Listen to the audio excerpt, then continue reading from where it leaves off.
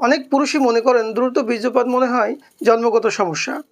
মূলত শরীরের নির্দিষ্ট কিছু বিষয়ের দুর্বলতার কারণেই এ ধরনের সমস্যার সৃষ্টি হয়ে থাকে।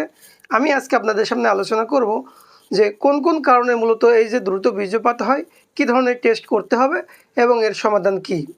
বন্ধুরা, এই যে দ্রুত বীর্যপাত হয়ে যাওয়া এটি একটি জটিল রোগ এবং এই রোগের কারণে অনেকেরই জীবন অতিষ্ঠ এবং বিভিন্ন সময় বিভিন্ন জায়গায় বিভিন্ন প্রকারের চিকিৎসা গ্রহণ করেও দেখা যায় যে ভালো ফলাফল আসে না। এর পিছনে অনেকগুলো যৌক্তিক কারণ রয়েছে যে আসলে এই রোগের পিছনে মূল কারণ যদি বোঝা না যায় এবং এর সঠিক চিকিৎসা যদি না করা যায় তাহলে এই রোগ কিন্তু আরোগ্য হয় না। তো আমি আপনাদের সামনে আজকে বিস্তারিত আলোচনা করব যে কেন এই সমস্যাটা হচ্ছে। এই রোগের প্রধান কারণের ভিতরে অন্যতম কারণ রয়েছে যে সেটা হচ্ছে আমাদের ব্রেনের একটা সেট আপ হয়ে গিয়েছে। এর পেছনের একটা যৌক্তিক কারণ রয়েছে, সেটি হচ্ছে যে হস্তমৈথুন করা বা মাস্টারবেশন করা। আমি আমার দীর্ঘ অভিজ্ঞতায় দেখেছি অধিকাংশ পুরুষই যখন আমাদের কাছে তার এই রোগটি নিয়ে আসে, তার এই সমস্যাগুলো নিয়ে আসে, তখন ইতিহাস নেওয়ার সময় আমরা জানতে পারি যে তারা মূলত দীর্ঘদিন ধরে হস্তমৈথুনের অভ্যস্ত ছিল। অর্থাৎ তাদের যখন যৌবনে শুরু হয়েছিল তখন তারা প্রচুর পরিমাণে হস্তমৈথুন করেছে এবং এই হস্তমৈথুনের কারণে তাদের ব্রেনটির ভিতরে একটি বিষয় সেট আপ হয়ে গিয়েছে যে দ্রুত সুখ লাভ করতে হবে বা অল্প সময়ের ভিতরে এটা বীর্যপাত করতে পারলেই বুঝি সুখ পাওয়া যাবে।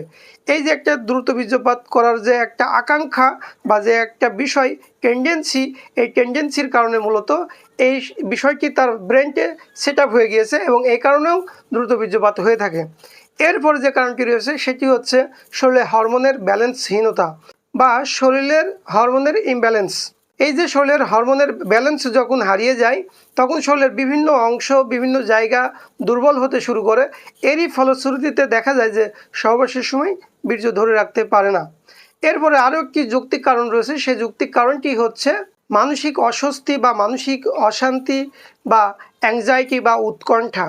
কোনো মানুষ যদি সহবাসের পূর্বে তার পারিবারিকভাবে বা অন্য কোনোভাবে যদি সে মানসিক একটা চাপের ভিতরে থাকে, অ্যাংজাইটি থাকে, তাহলেও কিন্তু দ্রুত বীর্যপাত হবে। বন্ধুরা, এবার আমি আপনাদের সামনে আলোচনা করব যে এই সমস্যার সমাধানের জন্য আমাদের করণীয় কী। দ্রুত বীর্যপাত সমস্যার সমাধানের জন্য আমাদের করণীয়ের ভিতর সর্বপ্রথম যে করণীয় হচ্ছে সেটি হচ্ছে আমাদের শরীরে যে সকল নিউট্রিশনের প্রয়োজন রয়েছে সেই সকল নিউট্রিশন সঠিকভাবে পাচ্ছে কিনা তা সঠিকভাবে জানা। প্রয়োজনে আমাদের কিছু টেস্ট করতে হবে, আমাদের হরমোনের কিছু টেস্ট করতে হবে। এর মাধ্যমে আমরা জানতে পারবো যে শরীরে সঠিকভাবে তার নিউট্রিশনগুলো পাচ্ছে কিনা। দ্বিতীয় করণীয় হচ্ছে যখন সহবাসে যেতে হবে তখন শরীরটাকে এবং মনটাকে স্থির করা, সকল প্রকারের দুশ্চিন্তা অ্যাংজাইটি থেকে দূরে থাকা। বন্ধুরা, এরপরে আপনাদের সামনে আলোচনা করব এই সমস্যার সমাধানের জন্য হোমিওপ্যাথির কোন কোন ওষুধ ব্যবহৃত হয়ে থাকে। বন্ধুরা, এ ধরনের সমস্যার সমাধানের জন্য হোমিওপ্যাথির অনেকগুলো ওষুধ রয়েছে, প্রত্যেকটা ওষুধেরই আলাদা আলাদা লক্ষণ রয়েছে। তো আমি 3টি ওষুধের নাম বলে দিব। সর্বপ্রথম যে ওষুধটির কথা বলবো সেই ওষুধটির নাম হচ্ছে সিলিনিয়াম। সিলিনিয়াম ওষুধটি ওই সকল ব্যক্তিদের জন্য বেশি ব্যবহৃত হয়ে থাকে যাদের বীর্য একেবারে পানির মতো পাতলা, খুব দ্রুত বীর্যপাত হয়ে যায় এবং বীর্যটাকে ধরে রাখতে পারেন না, তাদের জন্য সিলিনিয়াম ওষুধটি সিলেকশন হয়ে থাকে। এরপরে আরও একটি ওষুধের কথা বলবো, সেই ওষুধটির নাম হচ্ছে সালফার।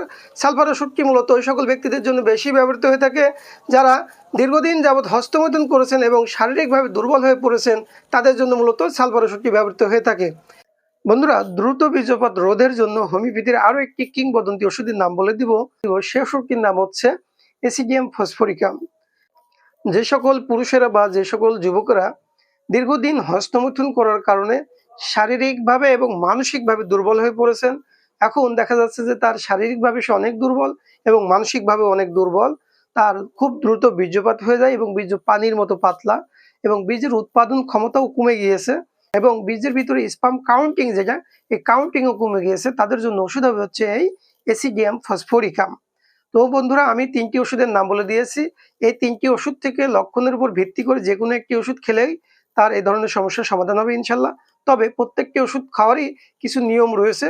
এটা হচ্ছে রোগের গভীরতার উপর নির্ভর করবে এবং রোগীর লক্ষণের উপর ভিত্তি করে এটা ডিউরেশনটা নির্ধারিত হবে যে সে কতদিন খাবে, কত পাওয়ার খাবে, কি পরিমাণে খাবে। তো তো বন্ধুরা, এ ধরনের উপকারী ভিডিও পেতে আমাদের চ্যানেলটাকে আপনারা লাইক করবেন, কমেন্ট করবেন আপনাদের প্রয়োজনীয় বিষয় জানার জন্য, এবং আপনাদের যদি কোনো বিষয় জানার থাকে, যে বিষয়গুলো জানলে আপনার জন্য উপকারী হবে, এরকম কোনো বিষয় থাকলে আপনারা আমাদের কমেন্টে জানাতে পারেন। আমরা আপনার এই কমেন্টের উত্তর দিব অথবা সেই অনুপাতে আপনাদের জন্য নতুন ভিডিও আপলোড করবো ইনশাল্লাহ, এবং সাবস্ক্রাইব করে রাখবেন। তো বন্ধুরা, আপনাদের সুস্বাস্থ্য কামনা করে আজকের মতন এখানেই বিদায় নিচ্ছি। আগামীতে দেখা হবে নতুন কোনো ভিডিও নিয়ে। সে পর্যন্ত সকলে ভালো থাকবেন। আসসালামু আলাইকুম ওয়া রাহমাতুল্লাহ।